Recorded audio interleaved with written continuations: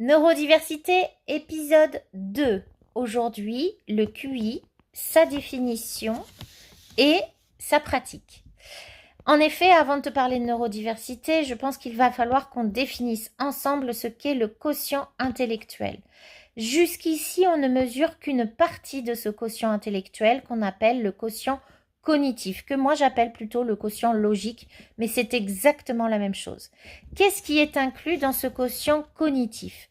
Est inclus dans ce quotient cognitif ta mémoire. En gros, comment tu vas prendre tes informations passées et comment tu vas les utiliser pour gérer une problématique spécifique.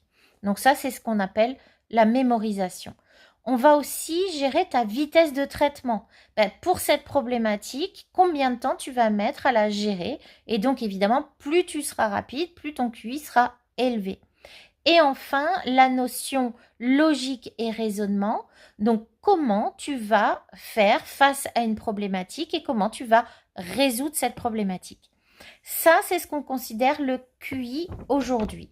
J'insiste, moi je considère que le QI, c'est-à-dire quotient intellectuel, est partagé en deux, c'est-à-dire quotient logique, ce dont je viens de vous parler, et le quotient émotionnel, dont je vous parlerai lors d'une autre vidéo.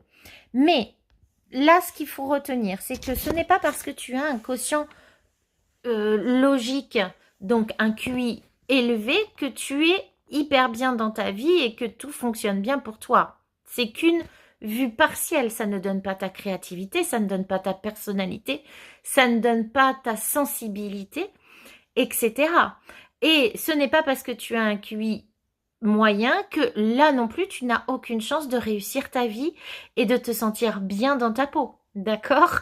Donc ça, c'est qu'une photographie partielle, ce QI.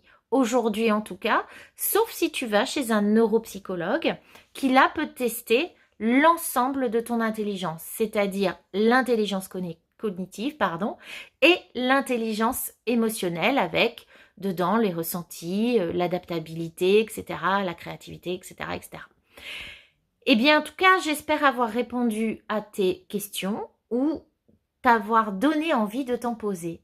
À très bientôt pour la suite.